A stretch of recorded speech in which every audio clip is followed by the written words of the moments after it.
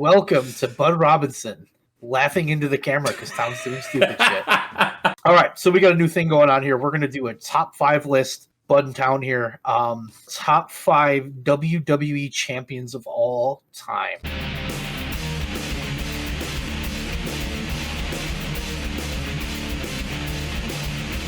I looked at every I didn't care. As long as you were all world champion, yeah, you could make this list to me. All right. I have 3 honorable mention people. Okay. Daniel Bryan. His first run as champion, well, not his first one, but when he won the belt at Mania was a huge moment. And then when he was the people's champion of the world or whatever, where he was the recycling lunatic. Oh God. Amazing. My next honorable mention, Bruno Sammartino. And I think that's just because I wasn't around when Bruno was champion. My third honorable mention is The Undertaker, because he had some cool reigns, but he's not in my top 5. My 2 honorable mentions, Edge. I always felt like his title reigns were off the beaten path and kind of weird. And the other one is RVD. His run as WWE champion, and specifically that match with John Cena where he won it, shook that company so much. Number 5 on my list, Mankind. His reigns were short, but in the big picture they were so important because a guy like Mick Foley's not supposed to win the championship, and he did. Yeah. And when he beat Rock and won that belt, that was like peak Attitude Era moment. To me, Mankind has to make this list. Actually, Mick Foley is my number 5 as well. I think that That's so awesome.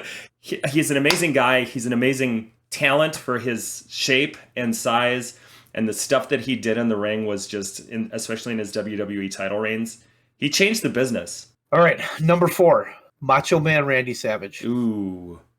His title reign in 88, 89, when he beat Ted DiBiase at the WrestleMania 4 tournament, was such a breath of fresh air if you watch the product, because Macho's matches, he was like a workhorse champion. He could put on really good matches and Hogan couldn't. Even his second reign when he won the belt from Flair was that was a good reign too. That was perfect. So to me, I don't think Macho Man gets enough credit. If Hogan and Warrior didn't have such a stranglehold on that belt when they did, I think Savage would have had a couple more runs. Oh, absolutely. So. My number 4 is Shawn Michaels.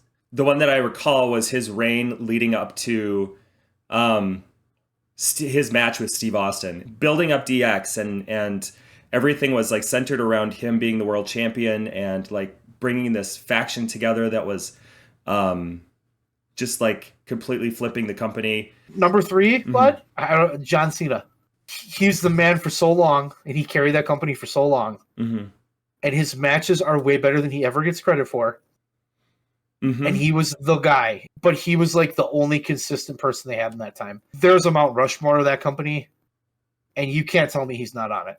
I would agree. Yeah. He has that ability to like pare a match down to its bare bones. Like 5, he always gets shit for having 5 moves, and he knew how to wrestle. Like he didn't just know 5 moves. He knew psychology too. My number 3 is The Rock. People didn't really have time to get fatigued by him, but I think he's got to be on that Rushmore too. I'm not going to argue that he shouldn't be on a top 5 list of WWE champions. Yeah. Because it's the fucking Rock. I mean, number 2, Bud Robinson, Hulk Hogan. Okay, he made WWE what it is today. Yeah. Changed the wrestling business twice. And yes, he's not a good person, but he helped shape that place. And as WWE champion, you cannot deny what he did. My number 2 is Kurt Angle.